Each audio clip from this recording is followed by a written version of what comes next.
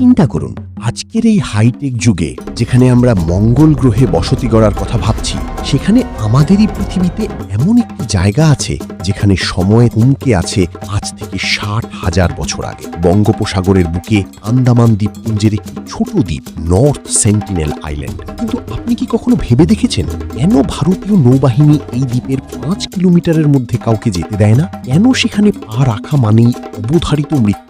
আজ আমরা উন্মোচন করব পৃথিবীর সবচেয়ে বিচ্ছিন্ন জনপদ এবং তাদের অমীমাংসিত রহস্য।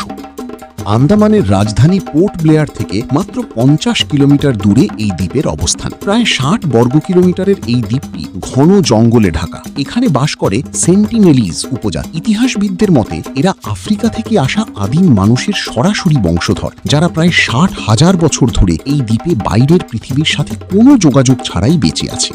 শুরুতেই একটি ভুল ধারণা ভেঙে দেওয়া যাক। এরা কি নরখাদক? না, এর কোনো প্রমাণ নেই, কিন্তু এরা অত্যন্ত রক্ষণশীল।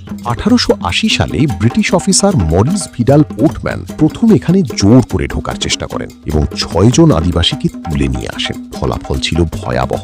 বাইরের পৃথিবীর সাধারণ সর্দি কাশির ভাইরাস তাদের রোগ প্রতিরোধ ক্ষমতা না থাকায় দুজনকে মেরে ফেলে। এরপর থেকে তারা বাইরের কাউকেই বিশ্বাস করে না। ২০০৬ সালে দুজন মৎস্যজীবী ভুল করে তাদের সীমানায় চলে গিয়েছিল, যাদের তীর মেরে হত্যা করা হয়। এমনকি ২০০৪ সালের সুনামির পর যখন ভারতীয় হেলিকপ্টার ত্রাণ দিতে যায়, তখন একজন আদিবাসীকে দেখা যায় হেলিকপ্টার লক্ষ্য করে তীর ছুটতে। তারা বুঝিয়ে দিয়েছিল, আমাদের সাহায্যের প্রয়োজন নেই, আমাদের একা থাকতে দাও। ভিডিওটি শেষ পর্যন্ত দেখুন, কারণ শেষে আমি বলবো কেন ভারত সরকার শেষ পর্যন্ত তাদের সাথে যোগাযোগের চেষ্টা বন্ধ করে দিয়েছে। আপনার কি মনে হয়, আমাদের কি জোর করে তাদের সাথে যোগাযোগ করা উচিত? কমেন্টে আপনার মতামত জানান। আর এমন রহস্যময় ভিডিও পেতে চ্যানেলটি সাবস্ক্রাইব করে রাখুন। ২০১৮ সালে আমেরিকান মিশনারি জন অ্যালেন চাও অবৈধভাবে এই দ্বীপে খ্রিস্ট ধর্ম প্রচার করতে গিয়েছিলেন। তিনি জানতেন এটা বেআইনি, তাও তিনি গিয়েছিলেন। কিন্তু তার পরিণতি হয়েছিল অত্যন্ত করুণ।